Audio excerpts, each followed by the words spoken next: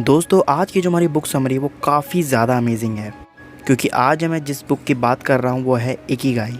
कैसे आप long term healthy और हैप्पीनेस से भरा जीवन जी सकते हो। दोस्तों हम हर तरह के कल्चर से कुछ ना कुछ अच्छी बातें सीख सकते हैं, लेकिन दोस्तों ज़रा सोच के देखिए कैसा होगा अगर हमारे हाथ में कोई ऐसा गाइड लग जाए जो हमें ये बताए कि कैसे लंबा स्वस्थ और खुशहाल जीवन जीना है। वो गाइड हमारे हाथ लग चुकी है जो कि है इकिगाई। दोस्तों हमारा पहला पॉइंट जो आता है इस बुक से ये यही आता है कि आप जितना ज़्यादा अपने माइंड को एक्टिव रखोगे और जितना कम स्ट्रेस लोगे आप उतनी ही लंबी ज़िंदगी जी पाओगे। इस बात को बेसिकली मेडिकल साइंस भी मानता है कि अच्छी ज़िंदगी के लिए मेंटली और फिज़िकली आपका फ़िट रहना बहुत ज़रूरी है। दोस्तों प्रैक्टिकल लाइफ में हम फिज़िकली फ़िट होने के बारे में तो सोच लेते हैं, लेकिन मेंटली का क्या? शायद हम दिमाग की सेहत के लिए कोई एफर्ट नहीं करते। इसीलिए दोस्तों आपको मेंटल हेल्थ को भी प्रायोरिटी देनी चाहिए। दोस्तों एक न्यूरो साइंटिस्ट सुलोमो का यहाँ तक कहना है कि बढ़ती उम्र के साथ लोगों में ब्रेन की पॉसिबिलिटी कम होने का ये भी कारण है कि वो कुछ नया सीखने की कोशिश नहीं करते हैं, क्योंकि बेसिकली दोस्तों उनको अपने पुराने रूटीन या लाइफस्टाइल की आदत पड़ चुकी है। इतनी आदत पड़ चुकी है कि वो इसे बेसिकली बदलने को लेकर कुछ भी नहीं सोचते। इसीलिए दोस्तों आपको समय समय पर दिमाग का वर्कआउट करना चाहिए। जैसे आप शरीर के लिए वर्कआउट करते हो, दिमाग के वर्कआउट में कौन सी चीज़ें आती हैं, जैसे चेस या फिर कार्ड, इस टाइप के गेम जिसमें आप जहाँ पर आपका माइंड शामिल रहता है, इस टाइप के गेम्स आपको प्ले करने चाहिए। और दोस्तों जितना हो सके आपको स्ट्रेस से दूर रहना है। दोस्तों हिडेलबर्ग यूनिवर्सिटी में इस पर एक स्टडी की गई थी। एक डॉक्टर का एक बहुत ही जो कठिन था, हार्ड इंटरव्यू लिया गया था। उससे बेसिकली मैथ के कुछ बहुत ही ज़्यादा मुश्किल सवाल पूछे गए थे। इसके बाद उसकी खून की जांच की गई थी। उसमें पाया गया कि इंटरव्यू के तनाव, इंटरव्यू के स्ट्रेस की वजह से उसके खून में एक स्पेशल टाइप की एंटीबॉडी रिलीज़ हुई, जिसने बेसिकली मतलब अगर उसके शरीर में कोई बैक्टीरियल या वायरल इन्फेक्शन होता तो उसको मार देती। लेकिन उसके शरीर में कोई बैक्टीरियल और वायरल इन्फेक्शन नहीं थी, तो वो जो उसके एंटीबॉडीज़ थे वो उसके शरीर के ही सेल्स को डिफेक्ट कर रहे थे, डैमेज कर रहे थे, और इसी की वजह से वो जो एजिंग प्रोसेस होती है बॉडी की उसको इंक्रीज़ कर रहे थे। इसीलिए आपको जितना हो सके स्ट्रेस से दूर रहना चाहिए। इसके कुछ आसान तरीकों में से एक तरीका है माइंडफुल रहने का। हमारा अगला पॉइंट आता है यंग रहने का सबसे अच्छा तरीका है एक्टिव रहना। अगर आप दोस्तों मन को सुकून देने वाले किसी काम में व्यस्त रहते हो तो इससे बढ़िया गिफ्ट आपके लिए कोई हो ही नहीं सकता, क्योंकि बेसिकली इस काम में आप सब कुछ भुलाकर पूरी तरह से डूब जाते हो। आपको लगता है ये काम आपकी सारी ज़िंदगी आप कर सकते हो। ये काम बेसिकली कुछ भी हो सकता है, कुकिंग, पेंटिंग, स्कीइंग, मतलब कुछ भी। और इस तरह की एक्टिविटीज़ आपको बेसिकली लंबा जीवन जीने में भी मदद करती हैं। इस तरह की हैप्पीनेस को बेसिकली एक साइकोलॉजिस्ट मिहाली ने फ़्लो का नाम दिया है। ये बेसिकली एक ऐसी स्टेट है जहाँ पर आप किसी काम में इस तरह से इन्वॉल्व हो जाते हो कि दूसरी कोई बात, चिंता, परेशानी का आप पर कोई असर ही नहीं होता है। यहाँ तक कि आपको समय का भी एहसास नहीं हो पाता है।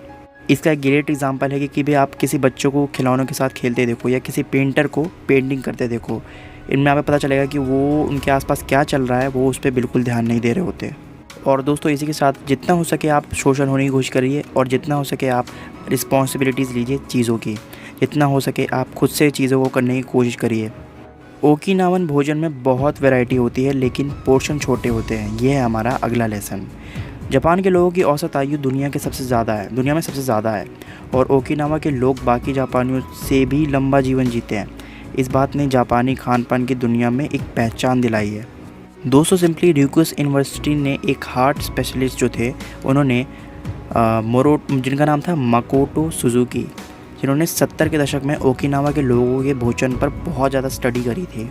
इसमें सबसे पहली बात जो निकल के आई कि उनके भोजन में बहुत तरह की वैरायटी होती थी।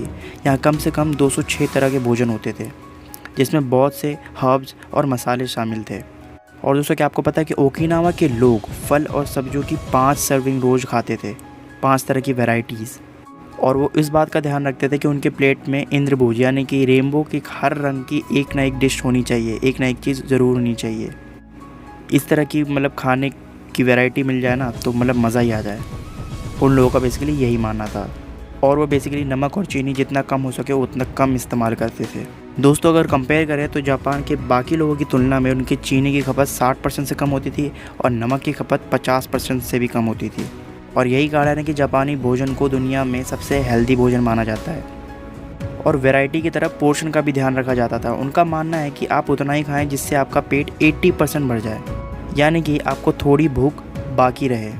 हमारा अगला पॉइंट ये है कि शरीर में रेजुविनेट करने के लिए भोजन में एंटीऑक्सीडेंट होने बहुत ज़रूरी हैं। दोस्तों, सुपर फूड के कॉन्सेप्ट ने भोजन के बारे में लोगों की सोच ही बदल दी है। जापानी भोजन में भी ऐसे ही काफ़ी सारे आइटम्स होते हैं। सबसे पहले नंबर पर आती है ग्रीन टी। इसमें भरपूर मात्रा में एंटीऑक्सीडेंट होते हैं। स्टडीज़ में ये बात सामने आया है कि ग्रीन टी उम्र बढ़ाने में बहुत मदद करती है। बेसिकली ग्रीन टी के पत्तों को हवा में सुखाया जाता है, इसे फर्मेट भी नहीं किया जाता। इस वजह से इसके जो पोषक तत्व हैं और जो ऑक्सीडेंट हैं वो नष्ट नहीं होते, वो डिस्ट्रॉय नहीं होते हैं।